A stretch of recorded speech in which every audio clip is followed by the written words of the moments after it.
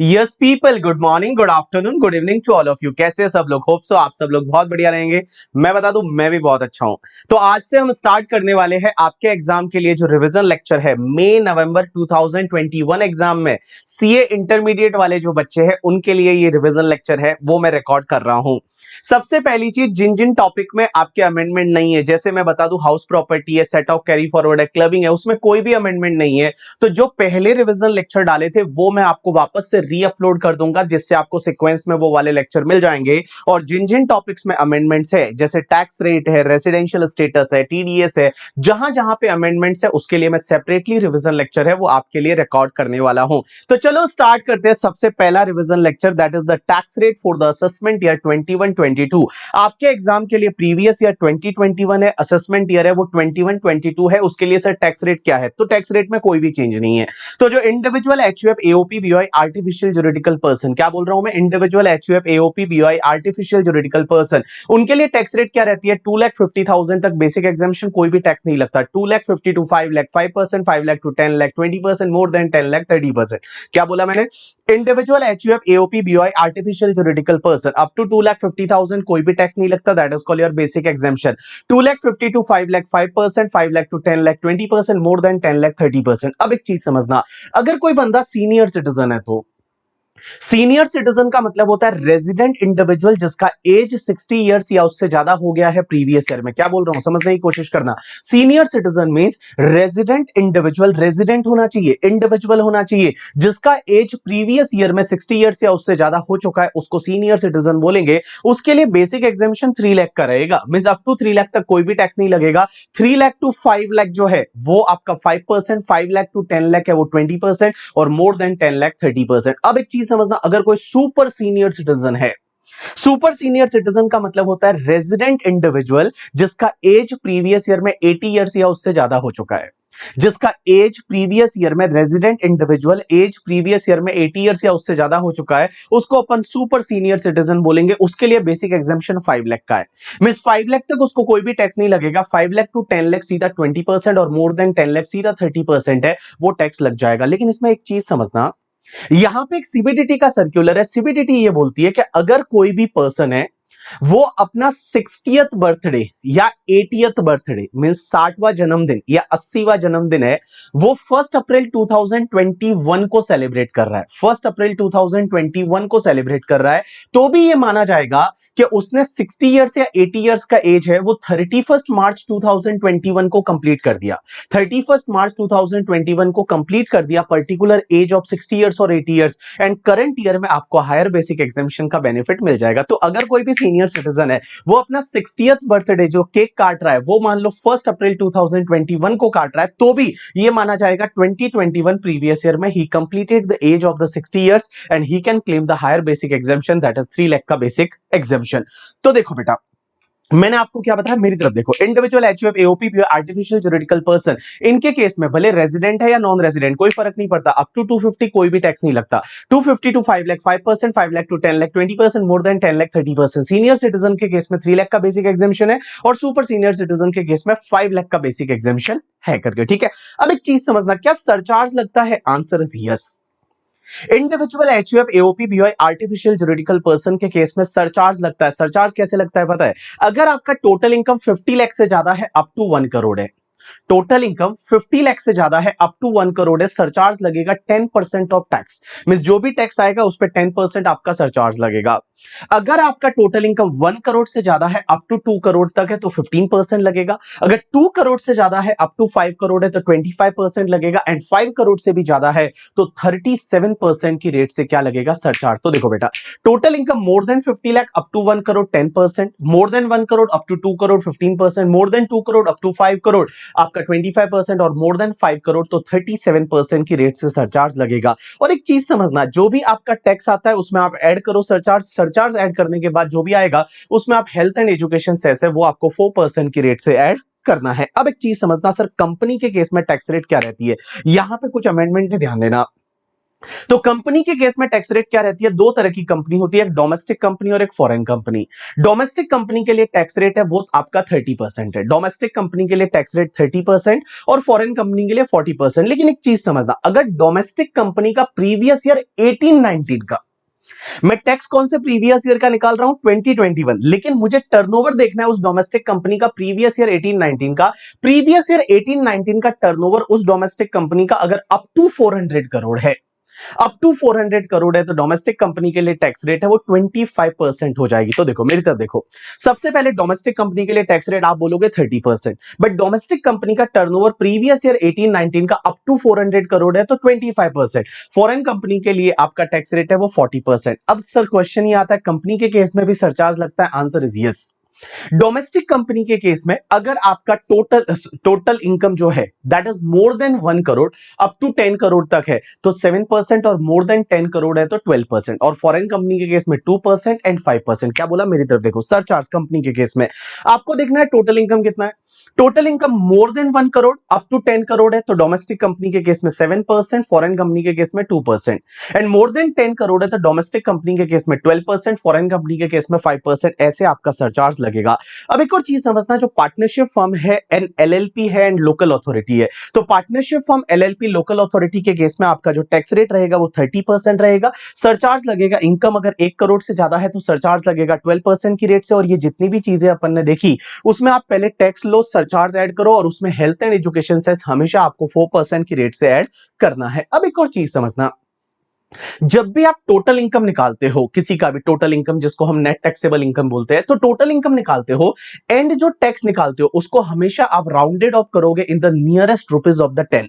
Means in the nearest rupees of the 10 में आपको rounded off करना है, नियरेस्ट रुपीज ऑफ द 10 में आपको राउंडेड ऑफ करना है। मींस अगर 5 6 7 8 9 है तो ऊपर वाले 10 में जाओगे, 1 2 3 4 है तो आप नीचे वाले 10 में आओगे, 10 रुपीज में राउंडेड ऑफ करना। अब एक कंसेप्ट आता है मार्जिनल रिलीफ। ये मार्जिनल रिलीफ किसको बोलते हैं कि कभी कभी क्या होता है, सरचार्ज की वजह से आपकी इनकम जितनी नहीं बढ़ी ना, उससे ज्यादा आपका टैक्स बढ़ जाता है। मींस जितना आपका इनकम में इंक्रीमेंट नहीं हुआ उससे ज्यादा आपका टैक्स बढ़ जाता है ड्यू टू द सरचार्ज, तो वहां पे आपको मार्जिनल रिलीफ मिलता है। मार्जिनल रिलीफ क्या सर हर एसएससी के केस में मिलता है? Answer is yes. जहां जहां सरचार्ज आता है, individual, HUF, AOP, BOI, artificial juridical person, company, partnership firm, जहां जहां सरचार्ज आता है वहां मार्जिनल रिलीफ का कंसेप्ट आएगा। और मार्जिनल रिलीफ आपको कब देखना है पता है? जब आपकी इनकम लिटिल बिट ज्यादा है सरचार्ज वाली इनकम से। सरचार्ज वाली इनकम का मतलब जैसे individual, HUF, AOP, BOI, artificial juridical person के केस में 50 लाख से थोड़ी बहुत ज्यादा है, या 1 करोड़ से थोड़ी बहुत ज्यादा है, या 2 करोड़ से थोड़ी बहुत ज्यादा है, या 5 करोड़ से थोड़ी बहुत ज्यादा है, तो वहां पे मार्जिनल रिलीफ आपको देखना है। कंपनी के केस में little bit more than 1 crore है या 10 करोड़ है तब आपको देखना है, और पार्टनरशिप फर्म के केस में little bit more than 1 crore है तब आपको देखना। आपको करना क्या है, बड़ा सिंपल, मैंने आपको बता रखा है क्लास में कि जब भी आप टैक्स निकालते हो तो पहले आप नॉर्मली टैक्स निकाल दो। जैसे suppose for an example your income is 1 crore 1 lakh, तो 1 करोड़ 1 लाख जो इनकम है उस पर नॉर्मली पहले आप टैक्स निकाल दो। सरचार्ज लगता है उसमें ऐड कर दो, जैसे ये मैंने सरचार्ज ऐड कर दिया, यहाँ पे 7% डोमेस्टिक कंपनी का केस था, 7% मैंने सरचार्ज इसमें ऐड कर दिया। अब एक बात समझना, सरचार्ज ऐड कर दिया और यहाँ पे इनकम कितनी है, 1 करोड़ 1 लाख है, मींस 1 करोड़ से लिटिल बिट ज्यादा है, तो आपको क्या करना पड़ेगा, यहां मार्जिनल रिलीफ का कंसेप्ट देखना पड़ेगा। कैसे देखोगे, तो जैसे ही ये ऐड कर देते हो उसके बाद जो ये अमाउंट आता है जो मैंने हाईलाइट किया है वो वाला देखो, 32,42,100 ये अमाउंट आता है, उसके बाद आपको ये वाला हमेशा लिखना है। क्या लिखोगे आप, दिस अमाउंट मींस जो भी ये 32,42,100 आया है, this amount is restricted to, ये रेस्ट्रिक्ट करेगा किससे, tax on 1 crore plus additional income over 1 crore, means tax on 1 crore, 1 crore पे टैक्स निकालो, और जो ऊपर वाला इनकम है 1 करोड़ से ऊपर वाला, इस एग्जांपल में कितना है 1 लाख, वो पूरा निर्मला सीतारमण जी, मोदी जी को दे दो, हमको नहीं चाहिए। तो आपका ये रेस्ट्रिक्ट किससे करेगा, tax on 1 crore plus NTI minus 1 crore, और जो भी आता है वो यहां पे लिख लो। और एक बात बताऊं, मैं आपको बोल रहा हूं ये वाला अमाउंट जो है ये इससे मतलब जो ये 32,42,100 है, this will be restricted to 31 lakh. इसका मतलब आप नीचे वाला विच एवर इज लोअर है वो आप ले लो। जो विच एवर इज लोअर है वो आप ले लो, यहां ऑटोमेटिकली आपको मार्जिनल रिलीफ मिल जाएगा। और उसके बाद आप health and education cess add करो। तो देखो बेटा, मैंने क्या बोला, मार्जिनल रिलीफ कैसे देखने का, जब भी आपका income little bit more than 1 crore है, 1 करोड़ है, कंपनीज के केस में 10 करोड़ है, या फिर अदर एसएससी जैसे इंडिविजुअल एचयूएफ वगैरह के केस में little bit more than 50 lakh है, 1 करोड़ है, 2 करोड़ है, 5 करोड़ है, क्योंकि वहां सरचार्ज की रेट चेंज हो जाती है। तो आपको क्या करने का, पहले टैक्स निकालने का, सरचार्ज ऐड करने का, उसके बाद क्या करने का कि टैक्स ऑन जो 50 लाख है, 1 करोड़ है, 2 करोड़, 5 करोड़ जो भी है उस पे निकालो पहले टैक्स, और जो भी उससे एडिशनल इनकम है ना वो एडिशनल इनकम गवर्नमेंट को दे दो। Means NTI minus 50 lakh, 1 crore, 2 crore, तो जो एडिशनल इनकम है गवर्नमेंट को दे दो, विच एवर इज लोअर है उसको आप कंटिन्यू कर दो। तो यहां ऑटोमेटिकली आपको मार्जिनल रिलीफ है वो आपको मिल जाएगा। जब आप 2-4 क्वेश्चन देखोगे तो आपको इजीली ये वाला कंसेप्ट समझ में आ जाएगा। This is called your marginal relief. अब एक चीज समझना, एक सेक्शन होती है 87A, और 87A का रिबेट मिलता है। ये रिबेट हर किसी को नहीं मिलता, ये रिबेट मिलता है सिर्फ रेजिडेंट इंडिविजुअल को। जो रेजिडेंट इंडिविजुअल है वो रेजिडेंट में कोई भी हो सकता है, सीनियर सिटीजन वगैरह कोई भी हो सकता है। तो रेजिडेंट इंडिविजुअल जो है उसका अगर एनटीआई अप टू 5 लाख है, मींस नेट टैक्सेबल इनकम और total income is up to 5 lakh है, तो उस केस में ये रिबेट मिलेगा। रिबेट कितना मिलेगा पता है, जो भी टैक्स का अमाउंट आता है और 12,500 विच एवर इज लोअर, जो भी टैक्स का अमाउंट आता है और 12,500 विच एवर इज लोअर। तो देखो बेटा, मैंने क्या बोला, ये 87A का एक रिबेट है। ये रिबेट किसको मिलता है, सिर्फ रेजिडेंट इंडिविजुअल को मिलेगा जिसका एनटीआई जो है नेट टैक्सेबल इनकम है, टोटल इनकम है, वो अप टू 5 लाख है। रिबेट कितना मिलेगा, जो टैक्स आता है और 12,500 विच एवर इज लोअर। अब एक चीज समझना, ये रिबेट हर तरह की इनकम के लिए मिल सकता है। मींस आपकी कोई भी इनकम है, भले वो विनिंग का इनकम है, बिजनेस का इनकम है, हाउस प्रॉपर्टी का इनकम है, सैलरी का इनकम है, आप ये रिबेट ले सकते हो, कोई दिक्कत नहीं। लेकिन एक तरह की इनकम के सामने नहीं ले सकते, दैट इज एलटीसीजी 112A। अगर आपका एलटीसीजी 112 है, एलटीसीजी 112 क्या होता है, in excess of 1 lakh taxable at the rate 10%, उसके सामने नहीं ले सकते। बाकी कोई भी इनकम है उसके सामने आप ये वाला रिबेट है वो ले सकते हो, कोई दिक्कत नहीं है। उसके बाद नेक्स्ट कंसेप्ट पे चलते हैं। आपको मैंने individual HUF, AOP, BOI, artificial juridical person के लिए टैक्स रेट क्या बताया, टैक्स रेट मैंने स्लैब रेट बताया। मैंने आपको पता है वहां सरचार्ज भी बताया था, और सरचार्ज क्या बताया, अगर इनकम 50 लाख से ज्यादा है, अप टू 1 करोड़ है, सरचार्ज 10%, 1 करोड़ से ज्यादा है, up to 2 crore, surcharge 15%, 2 crore से ज्यादा है, अप टू 5 करोड़, सरचार्ज कितना होगा तुम्हारा पता है, 25%, और 5 करोड़ से इनकम ज्यादा है तो सरचार्ज 37%। अब एक चीज समझना, यहां पे भी एक अमेंडमेंट है, और ये अमेंडमेंट ये बोलता है कि भैया अगर मान लो आपकी इनकम में ये 3 तरह की इनकम है, कौन कौन सी पता है, या तो आपकी इनकम में एलटीसीजी है 112A वाला, 112A वाला एलटीसीजी, या फिर आपका एसटीसीजी 111A है, या फिर आपको डिविडेंड का इनकम मिलता है। एक बात बता दूं आपको, इस बार अमेंडमेंट हो गया है, कंपनी डीडीटी नहीं भरती है, dividend is taxable in hands of share holder. जितना भी डिविडेंड है वो शेयर होल्डर के हाथ में टैक्सेबल होता है, कंपनी डीडीटी नहीं भरती है, शेयर होल्डर के हाथ में आईएफओएस में टैक्सेबल होता है। तो देखो, अगर आपकी इनकम है, उस इनकम में या तो एलटीसीजी 112A है, या एसटीसीजी 111A है, या डिविडेंड का इनकम है। अगर ये 3 तरह की इनकम है तो इन इनकम पे भले कितना भी इनकम हो, इस पे मैक्सिमम सरचार्ज इन 3 तरह की इनकम के टैक्स पे 15% ही लगेगा, उससे ज्यादा सरचार्ज नहीं लगेगा।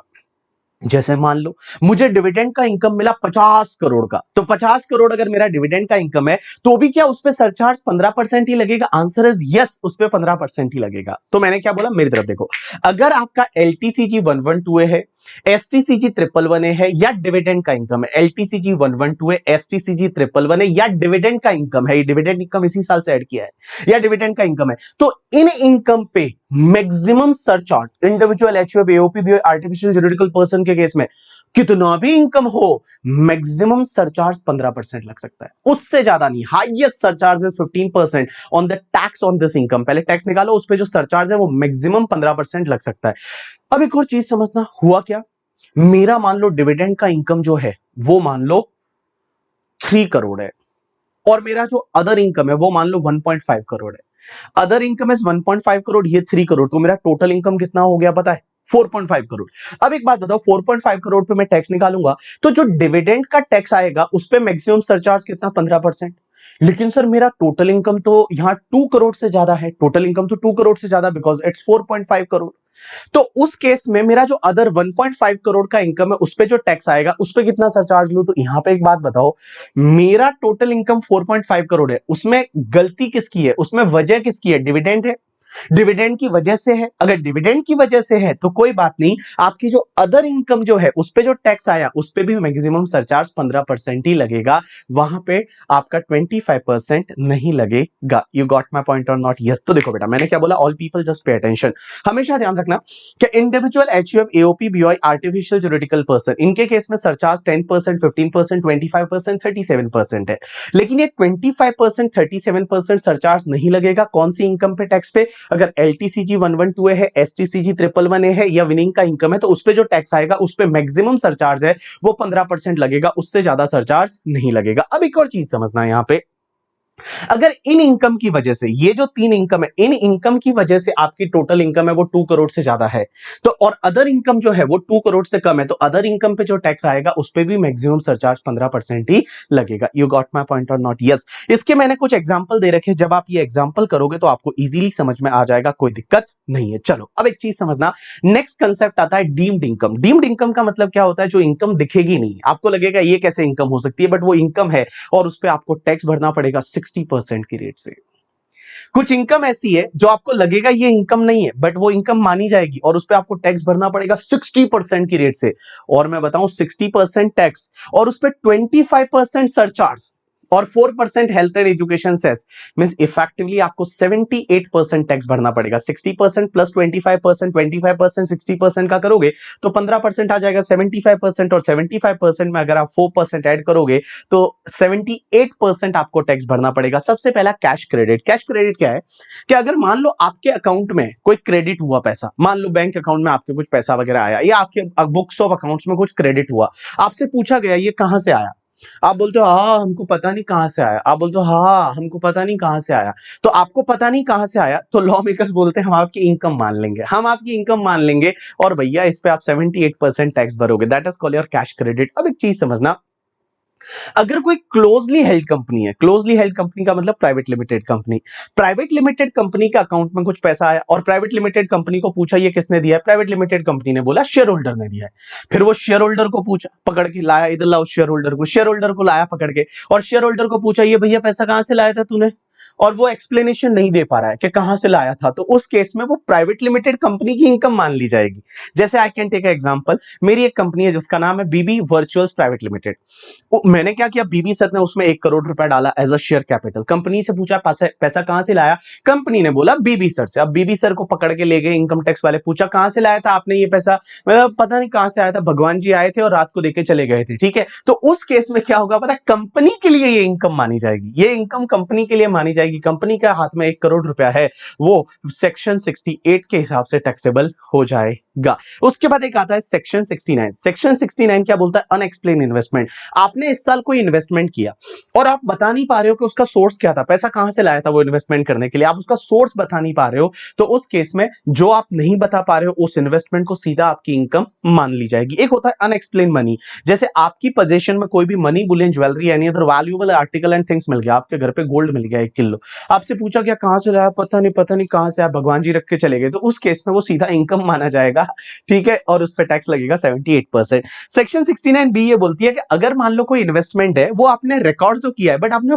पूरा रिकॉर्ड नहीं किया, फुल रिकॉर्ड नहीं किया। जैसे I can take one example, मैं बोलता हूं कि मैंने 1 केजी गोल्ड खरीदा है। अब 1 केजी गोल्ड की कीमत होती है 50 लाख, 1 केजी गोल्ड का कीमत होता है 50 लाख। मैं बोलता हूं मैंने 30 लाख में खरीदा है, ठीक है, तो मैं बोलता हूं 30 लाख गया मेरे बैंक से और 1 केजी गोल्ड आया। ऐसे कैसे भैया, आप पूरा इन्वेस्टमेंट है वो पूरा रिकॉर्ड नहीं कर रहे हो। आप बोलते हो मैंने 30 लाख में 1 केजी गोल्ड खरीदा है, तो जो 20 लाख है वो 20 लाख आपकी इनकम मान ली जाएगी अंडर सेक्शन 69 बी। और एक होती है सेक्शन 69 सी। 69 सी क्या बोलती है कि अगर मान लो आपने कोई खर्चा किया और खर्चा किया, इनकम टैक्स वालों ने पूछा ये पैसा कहां से लाया था, आप बता नहीं पा रहे हो कहां से लाया था, तो वो आपकी इनकम मान ली जाएगी। जैसे आपकी शादी हो रही है और आपकी शादी में आपके घर वालों ने 1 करोड़ रुपया खर्च किया, घर वालों को पकड़ के लेके इनकम टैक्स वाले पूछा ये 1 करोड़ कहां से लाया था, और घर वाले बोलते पता नहीं कहां से लाया था, तो पता नहीं कहां से लाया था, तो अनएक्सप्लेन एक्सपेंडिचर माना जाएगा और ये आपकी इनकम बन जाएगी और इस पे आपको 78% टैक्स भरना पड़ेगा। एक होता है अमाउंट बोरोड और रीपेड ऑन द हुंडी। अगर आपने हुंडी पे, ये हुंडी आजकल तो चलती नहीं है, पहले चलती थी, प्रोमिसरी नोट जैसा होता है हुंडी मान लो,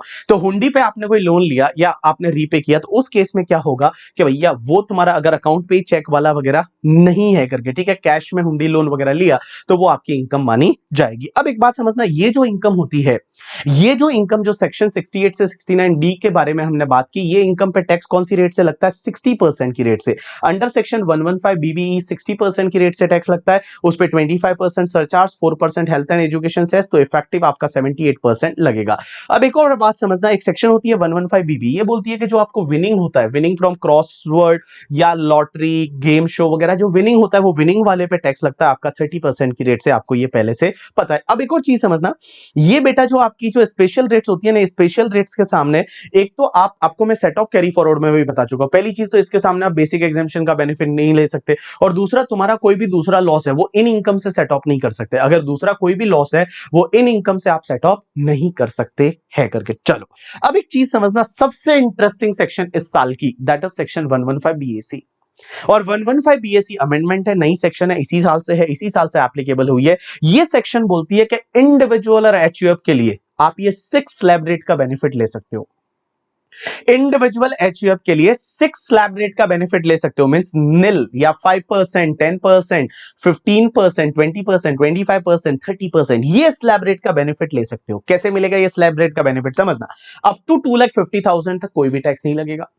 250 से 5 लाख तक 5%, 5 लाख से लेकर 7,50,000 तक 10%, 750 से लेकर 10 लाख तक 15%, 10 लाख से 12 लाख 50,000 तक आपका 20%, 1250 से लेकर और 15 लाख तक आपका 25%, और 15 लाख से ज्यादा है तो आपका 30%। ये 6 स्लैब रेट का आप बेनिफिट ले सकते हो। आप बोलोगे मजा आ जाएगा सर, देखो कैसे याद रखोगे, यहां इनकम कितना बढ़ रहा है? 2,50,000, मींस हर जगह 250 250 250 बढ़ रहा है, और उधर रेट कितना बढ़ रहा है? 5%। तो रेट याद रखोगे 0, 5, 10, 15, 20, 25, 30, और यहां पे 2,50,000 को बढ़ाते जाओ। ये रेट का बेनिफिट किसको मिलेगा? सिर्फ इंडिविजुअल एंड एचयूएफ को। सर क्वेश्चन ही आता है इंडिविजुअल एचयूएफ कौन सा, रेजिडेंट, नॉन रेजिडेंट या दोनों चलेगा? दोनों चलेगा। ये सेक्शन का बेनिफिट 115 बीएससी का कोई भी ले सकता है, भले वो इंडिविजुअल है, वो रेजिडेंट है या नॉन रेजिडेंट है, उससे कोई फर्क नहीं पड़ता।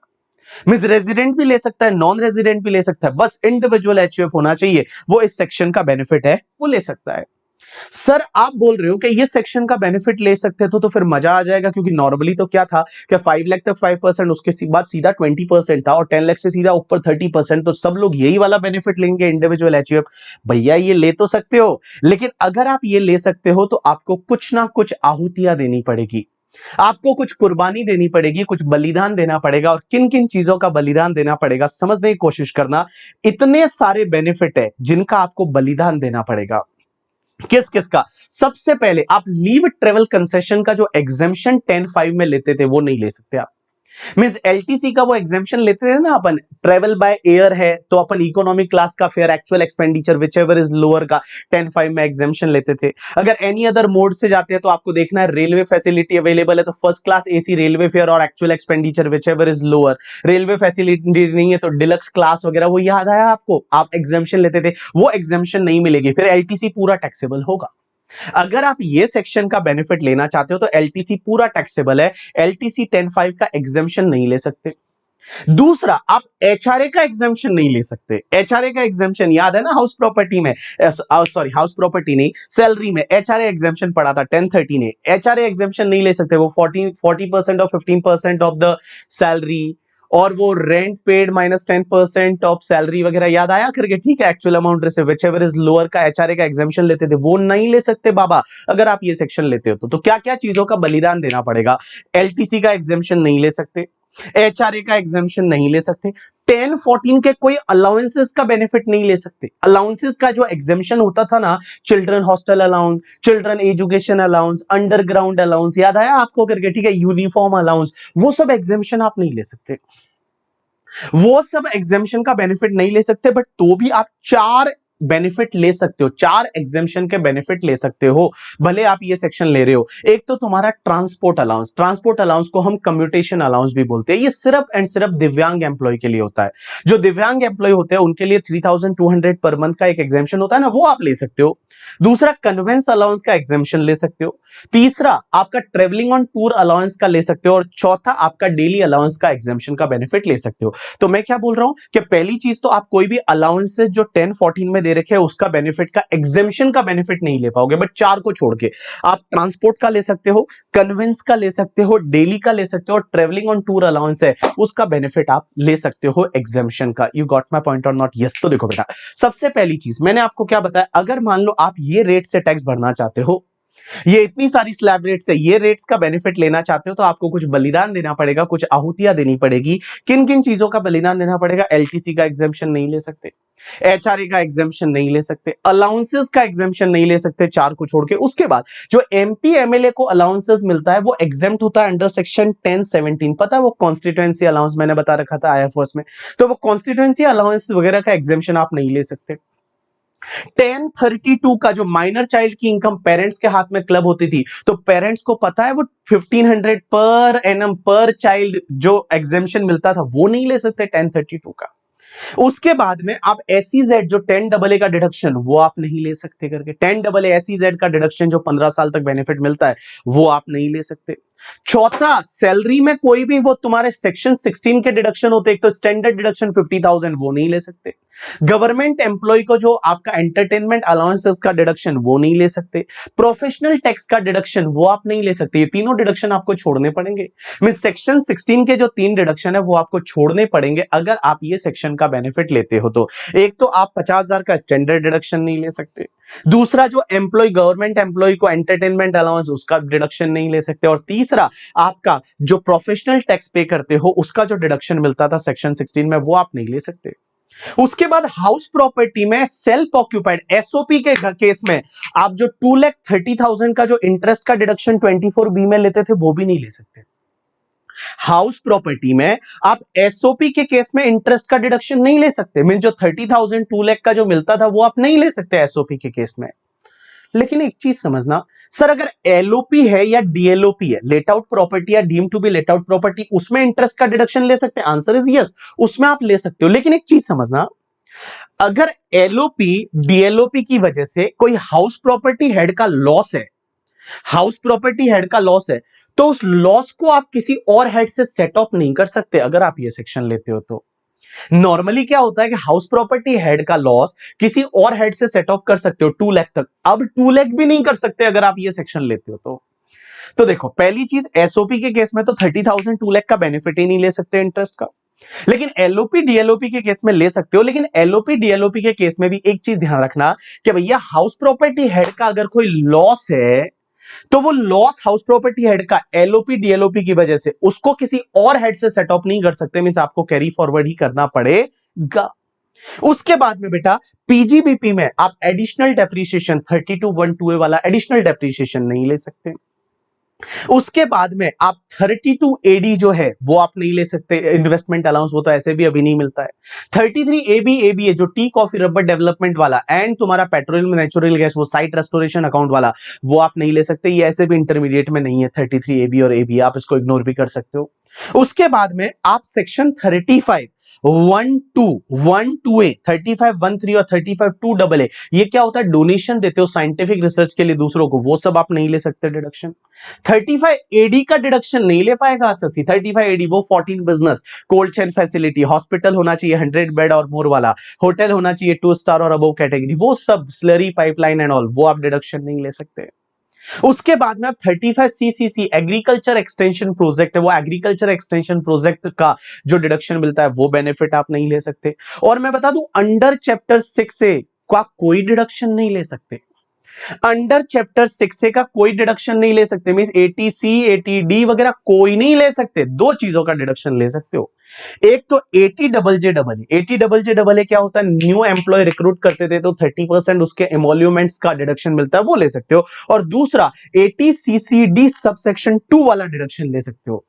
ATCCD2 क्या होता है कि आपके एम्प्लॉयर ने अगर कोई भी न्यू पेंशन स्कीम या सेंट्रल गवर्नमेंट पेंशन स्कीम में जो पैसा डाला है उसका डिडक्शन आपको मिलता है, वो आप ले सकते हो ATCCD2 का। ATCCD2 और ATJJA को छोड़ के और कोई अंडर चैप्टर 6A का डिडक्शन आप ले ही नहीं सकते अगर आप ये सेक्शन लेते हो तो।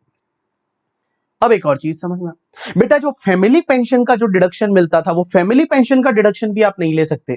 फैमिली पेंशन IFOS में ऐड होता था और उसमें वो 1/3 और 15,000 विचएवर इज लोअर वाला मिलता था ना, वो भी अब आपको नहीं मिलेगा अगर आप ये सेक्शन लेते हो। तो मैंने क्या बोला, देखो बेटा मैं एक बार वापस से आपको बता रहा हूं, ऑल्टरनेटिव टैक्सेशन रेजिम, ये सेक्शन है 115 BAC। 115 BAC क्या बोलती है, 115 BAC क्या बोलती है कि भैया इंडिविजुअल और HUF, सिर्फ इंडिविजुअल है। अब एक और चीज समझना, अगर कोई इंडिविजुअल है वो सर सीनियर सिटीजन है तो भी क्या ये सेक्शन लेता है तो 250 का ही बेसिक एग्जाम्पशन का बेनिफिट मिलेगा या 3 का मिलेगा? राइट आंसर इज 250 का ही मिलेगा। या कोई सुपर सीनियर सिटीजन है तो ऐसा नहीं कि उसके लिए 5 लाख तक टैक्स नहीं लगेगा ना बाबा, उसको ऐसे ही यही वाली स्लैब रेट फॉलो करनी पड़ेगी। यही वाली स्लैब रेट है, वो 2.5 लाख का बेसिक एग्जाम्पशन ही मिलेगा, भले वो सीनियर सिटीजन है सुपर सीनियर सिटीजन है, उससे फर्क नहीं पड़ता। ये सेक्शन लिया तो बेसिक एग्जाम्पशन 2.5 लाख। अब एक चीज समझना, मैंने क्या बोला कि आप है वो इस रेट से टैक्स पे कर सकते हो। यहां पे 6 स्लैब रेट है और आपके 6 स्लैब बने हुए हैं। लेकिन बेटा आपको अगर ये सेक्शन का बेनिफिट लेना है, इसी साल से ये सेक्शन है, आपको किन्नी की कुछ चीजें ऐसी है, कुछ बेनिफिट्स ऐसे है जिसकी आपको आहुति देनी पड़ेगी, बलिदान देना पड़ेगा, आपको त्याग देना पड़ेगा। किस किस चीज को? आप LTC का एग्जाम्पशन नहीं ले सकते, आप HRA का एग्जाम्पशन नहीं ले सकते, अलाउंसेस के जो एग्जाम्पशन होते थे वो आप 1014 वाले नहीं ले सकते, MP MLA को जो अलाउंसेस का एग्जाम्पशन मिलता है वो नहीं ले सकता, माइनर चाइल्ड की इनकम पेरेंट्स के हाथ में क्लब होती है तो वो 1500 का एक एग्जाम्पशन मिलता है, वो एग्जाम्पशन नहीं ले सकते, SEZ वाले 10AA का डिडक्शन नहीं ले सकते करके, ठीक है। उसके बाद सैलरी में वो 3 डिडक्शन जो मिलते हैं, एक तो प्रोफेशनल टैक्स का नहीं ले सकते, स्टैंडर्ड डिडक्शन 50,000 नहीं ले सकते, गवर्नमेंट एम्प्लॉय को जो एंटरटेनमेंट अलाउंस का डिडक्शन मिलता है वो नहीं ले सकते, हाउस प्रॉपर्टी एड में जो 2 लाख और 30,000 SOP के केस में इंटरेस्ट का डिडक्शन मिलता था वो नहीं ले सकते। लेकिन हाउस प्रॉपर्टी हेड में LOP DLOP के केस में ले सकते हैं, लेकिन LOP DLOP का अगर लॉस आ जाता है तो वो लॉस किसी और हेड से सेट ऑफ नहीं कर सकते। उसके बाद फैमिली पेंशन का जो डिडक्शन है वो आप नहीं ले सकते। उसके बाद में बिजनेस में कुछ डिडक्शन नहीं ले पाओगे, एडिशनल डेप्रिसिएशन आप नहीं ले सकते। 33 ABA का डिडक्शन आप नहीं ले सकते। साइंटिफिक रिसर्च में जो डोनेशन वाली जो चीजें थी, जो डोनेशन IIT नेशनल लेबोरेटरी या जो ऐसी कोई इंस्टीट्यूशन को साइंटिफिक रिसर्च के लिए या सोशल स्टैटिस्टिकल रिसर्च के लिए जो आप डोनेशन देते थे वो डिडक्शन आप नहीं ले सकते। 35 CCC का डिडक्शन आप नहीं ले सकते। उसके बाद में 35 AD का डिडक्शन स्पेसिफाइड बिजनेस वाला आप नहीं ले सकते। उसके बाद में अंडर चैप्टर 6A का कोई डिडक्शन नहीं ले सकते, 2 ले सकते हो, ATCCD2 वाला एंड ATJJA वाला, ये 2 डिडक्शन ले सकते हो, 2 को छोड़ के और कोई भी डिडक्शन आप नहीं ले सकते हो। अब एक और चीज समझना, बड़ी इंटरेस्टिंग चीज, ये सेक्शन ये बोलती है कि भैया ये तो आप नहीं ले सकते, बट अगर इससे रिलेटेड तुम्हारे पुराने कोई लॉसेस है, इन डिडक्शन की वजह से अगर तुम्हारे पुराने कोई लॉसेस है वो लॉसेस लैप्स हो जाएंगे, अब उसको आप सेट ऑफ कैरी फॉरवर्ड भी नहीं कर सकते। क्या बोला मैंने कि इन डिडक्शन की वजह से तुम्हारे पुराने कोई लॉसेस है वो लॉसेस लैप्स हो जाएंगे, उसको आप सेट ऑफ कैरी फॉरवर्ड नहीं कर सकते। जैसे मैं एक एग्जांपल लेता हूं, मैं बीबी सर, मेरे 2 बिजनेस है, एक कोचिंग क्लास वाला और एक मान लो मेरा होटल है 5 स्टार।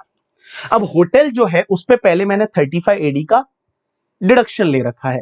अब हुआ क्या, मेरा total accumulated brought forward loss है वो मान लो 5 करोड़ है, और इस 5 करोड़ में से होटल वाला लॉस है वो मान लो 3 करोड़ का है, जिसपे मैंने 35 AD का डिडक्शन ले रखा है, और मेरी कोचिंग क्लास वाले का 2 करोड़ का लॉस है। तो एक बात बताऊं, इस 5 करोड़ में से वो 3 करोड़ का जो लॉस है ना वो मैं नहीं ले सकता।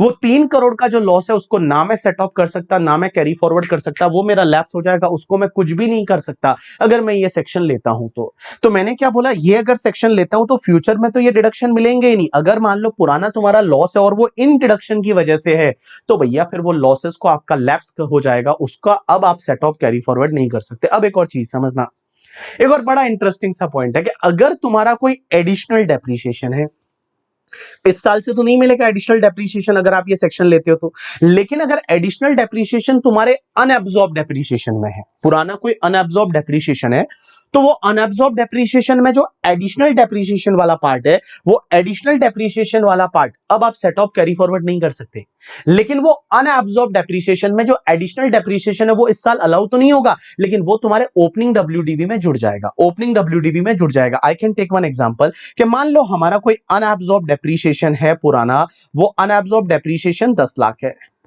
और इस 10 लाख में मान लो फॉर एन एग्जांपल 3 लाख है, वो 3 लाख आपका एडिशनल डेप्रिसिएशन वाला है अनअब्सॉर्ब डेप्रिसिएशन में। तो जो 3 लाख का जो एडिशनल डेप्रिसिएशन अनअब्सॉर्ब डेप्रिसिएशन में, ये 3 लाख का जो एडिशनल डेप्रिसिएशन है वो इस साल तो सेट ऑफ कर ही नहीं सकते, और वो 3 लाख जो है ना वो इस साल, अगर मान लो आप इस साल ये सेक्शन लेते हो तो ओपनिंग ब्लॉक में जुड़ जाएगा, ओपनिंग डब्ल्यूडीवी, इस साल की जो ओपनिंग डब्ल्यूडीवी है उसमें ये 3 लाख ऐड हो जाएगा। ऐसा सीबीडीटी ने क्लेरिफिकेशन दिया है, ऐसा सीबीडीटी ने क्लेरिफिकेशन दिया है। यू गॉट माय पॉइंट और नॉट? यस, मैंने क्या बोला, देखो अगर मान लो अनअब्सॉर्ब डेप्रिसिएशन पुराना है, उसमें एडिशनल डेप्रिसिएशन है तो अब तो सेट ऑफ नहीं होगा, उसको इग्नोर करना पड़ेगा, लेकिन जितना अनअब्सॉर्ब डेप्रिसिएशन में एडिशनल डेप्रिसिएशन वाला पार्ट है वो इस साल के ओपनिंग डब्ल्यूडीवी के ब्लॉक में जुड़ जाएगा। अब एक और चीज समझना, सर ये जो सेक्शन है ये हमारे लिए ऑप्शनल है या मैंडेटरी है? 115 बीएससी ऑप्शनल है या mandatory? Right answer is optional. अगर आपको चाहिए तो ये नई सेक्शन लो, नहीं तो आप पुरानी सेक्शन के साथ कंटिन्यू करो। जो पुरानी सेक्शन से जो पुराना नॉर्मल है वो नॉर्मल वाला आप कंटिन्यू करो, 2.5 लाख का बेसिक एग्जामिशन एंड ऑल, वो पुराना कंटिन्यू करो, क्या फर्क पड़ता है? आपको ये सेक्शन नहीं लेनी तो मत लो करके, ठीक है। लेकिन मान लो आपको लेनी है तो आप ले सकते हो, अगर आपको लगता है ये बेनिफिशियल है तो ये ले लो, अगर आपको लगता है ये बेनिफिशियल नहीं है तो फिर आप नॉर्मल वाले में चले जाओ। लेकिन एक चीज समझना, अगर मान लो मैंने इस साल ले लिया इस सेक्शन को, अगले साल मुझे नहीं लेना 115 बीएससी, तो क्या अगले साल मैं वापस नॉर्मल प्रोविजन में जा सकता हूं? आंसर इज यस, आप जा सकते हो, कोई दिक्कत नहीं है। ऐसा कोई जरूरी थोड़ी है कि ये ले ली तो फिर इसमें फंस गए, ऐसा नहीं है। इस साल आपने ये ली, अगले साल आपको लगता है नॉर्मल में जाना है, नॉर्मल में जाओ, उसके अगले साल आपको लगता है 115 बीएससी में जाना है, 115 बीएससी में जाओ। So it's your choice, completely आपकी चॉइस है। हर साल देखो, जिस साल फायदा हो वो इस सेक्शन में आओ, अदरवाइज आप नॉर्मल सेक्शन के साथ में चल सकते हो। लेकिन एक चीज समझना, अगर आपका बिजनेस का इनकम है, क्या बोला मैंने, अगर आपका बिजनेस का इनकम है, पीजीबीपी का इनकम है, तो एक बार आपने ये सेक्शन ले ली तो फिर आपको हर साल लेनी पड़ेगी। अगर आपका बिजनेस का इनकम है तो एक साल अगर आपने ये सेक्शन ले ली तो आपको हर साल ये सेक्शन लेनी पड़ेगी, मींस हर साल आपको कंटिन्यू करना पड़ेगा इस सेक्शन के साथ में। लेकिन अगर मान लो इन फ्यूचर में जाके किसी ईयर में वायलेशन हो गया, कोई कंडीशन आपने सेटिस्फाइड नहीं की, या आपने एडिशनल डेप्रिसिएशन ले लिया, समथिंग लाइक ऐसा कुछ गड़बड़ कर दिया, तो फिर आप इस सेक्शन से बाहर हो जाओगे, और इस सेक्शन से फिर अगर आप बाहर हो गए तो फिर वापस इस सेक्शन में आप एंटर नहीं हो सकते। बिजनेस की इनकम के केस में एक बार आपने ली, हर साल लेनी है, बट अगर मान लो किसी साल में वायलेशन हो गया तो उसमें से आप इस सेक्शन से बाहर हो जाओगे उस साल से, और नॉर्मल प्रोविजन लगेंगे, फिर आप वापस इस सेक्शन में नहीं आ सकते जब तक आपकी बिजनेस की इनकम है। जब तक आपकी बिजनेस की इनकम है वापस आप इस सेक्शन में नहीं आ सकते। बट फ्यूचर में जाके आपने बिजनेस ही बंद कर दिया, इन फ्यूचर में जाके अगर मान लो आपने बिजनेस ही बंद कर दिया, तो उस केस में अगर आपका बिजनेस बंद हो गया फिर वापस आप इस सेक्शन में आना चाहते हो तो इस सेक्शन में आ सकते हो, कोई दिक्कत नहीं है। अब एक और चीज समझना, सर इस सेक्शन में टैक्स रेट ये लगेगी, लेकिन सर जो स्पेशल रेट्स वाली हमारी इनकम होती है, जैसे एलटीसीजी 10% से जाता है, 112 वाला, एसटीसीजी 111 है 15%, एलटीसीजी नॉर्मल वाला 20%, विनिंग का इनकम 30%, वो डीम्ड इनकम अभी जो 68 वाले अपन ने देखे थे, 68, 69 ए एंड ऑल, वो 60%। सर वो इनकम कौन सी रेट से टैक्सेबल होगी? वो नॉर्मल टैक्स रेट से ही टैक्सेबल होगी, सॉरी वो नॉर्मल टैक्स रेट मतलब वो स्पेशल रेट से ही टैक्सेबल होगी। अगर एलटीसीजी है तो वो 10% से ही टैक्सेबल होगा, एसटीसीजी 111 है तो 15% से ही टैक्सेबल होगा, अगर विनिंग है तो 30% से ही टैक्सेबल होगा। मतलब स्पेशल रेट्स की इनकम है वो स्पेशल रेट से ही टैक्सेबल होगी।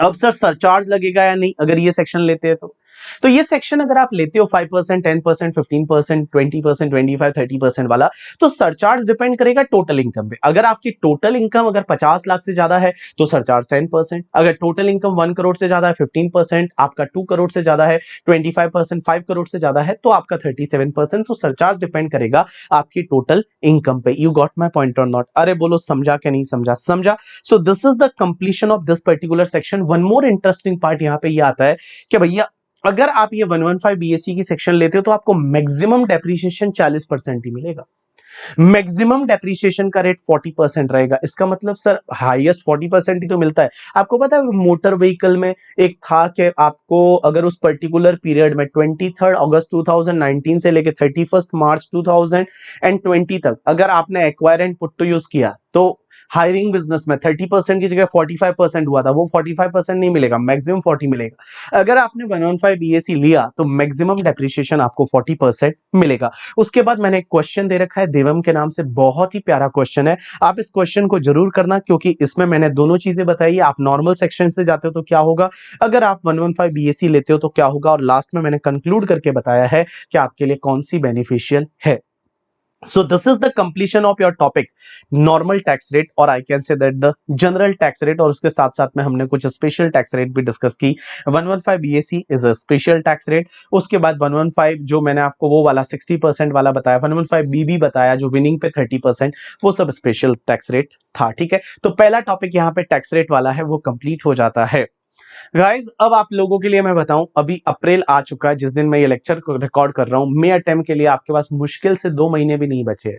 मींस आपके पास मुश्किल से जो डेज बचे हैं वो 50 डेज बचे हैं जिस दिन मैं लेक्चर रिकॉर्ड कर रहा हूं। और 50 डेज इतना जल्दी निकल जाते हैं ना, समझ में ही नहीं आता, पता ही नहीं चलता। आपको पता है कोविड चालू हुए 1 साल से ज्यादा टाइम हो गया है। आपको लगता है अभी थोड़े दिन पहले ही तो हमने घर के ऊपर जाके थाली बजाई थी, ताली बजाई थी एंड ऑल, अभी तो हुआ था, कुछ दिन पहले ही तो हुआ था। लेकिन आपको बता दो 1 साल से ज्यादा हो चुका है, 365 डेज से ज्यादा हो चुका है। तो भैया अब आपके एग्जाम के लिए बहुत ही कम टाइम बचा है, इस टाइम का आप सदुपयोग करो और लग जाओ। पढ़ना तो पड़ेगा, देखो सीधी सी बात है, पढ़ना तो पड़ेगा। हर कोई तो पास होता नहीं, सीए का एग्जाम है और आप रिजल्ट देख लो, रिजल्ट कम है, रिजल्ट का परसेंटेज कम है, तो हर कोई तो पास नहीं होगा ना। ऑब्वियसली आपको लड़ना पड़ेगा, और वो भैया 6% 10% लोग जो पास होते हैं उसमें आपको अपनी जगह बनानी पड़ेगी, उसमें अपने आप को वहां स्टैंड करना पड़ेगा, तब जाके आप क्लियर होंगे करके। ठीक है, और मेहनत तो करनी पड़ेगी, आपके लिए काम यही है, मेहनत करो तभी कुछ हो सकता है, इसके अलावा और कोई ऑप्शन नहीं है। मैं बता दूं, मैं भी I am like infected by the Covid. आज 8वां दिन है और लास्ट के 7-8 दिन से मतलब ऑब्वियसली तबीयत ठीक नहीं थी, बट लास्ट के 2 दिन से थोड़ी ठीक है। तो मैंने सोचा ज्यादा ठीक कब होगी, जब आपको पढ़ाया जाएगा। तो आज मैंने ये लेक्चर आपके लिए रिकॉर्ड किया है और आई एम स्टिल पॉजिटिव आया। सेकंड टाइम टेस्टिंग कराया, उसमें भी 7-8 दिन बाद वापस कराया, तो उसमें भी पॉजिटिव है। बट कोई प्रॉब्लम नहीं, ठीक हो जाएगा। आप लोगों की दुआएं मेरे साथ है ऑब्वियसली, बट मेरी भी दुआएं आपके साथ है, मेरा आशीर्वाद आप लोगों के साथ है। आप सिर्फ एंड सिर्फ पढ़ाई करो, आपका फर्ज यही है, आपका काम यही है, पढ़ाई करना। तो प्लीज आप पढ़ाई करो, और जैसे ही आप पढ़ाई करोगे तभी अपन पास हो सकते हैं। थैंक्स अ लॉट पीपल, आज के लिए इतना बहुत है।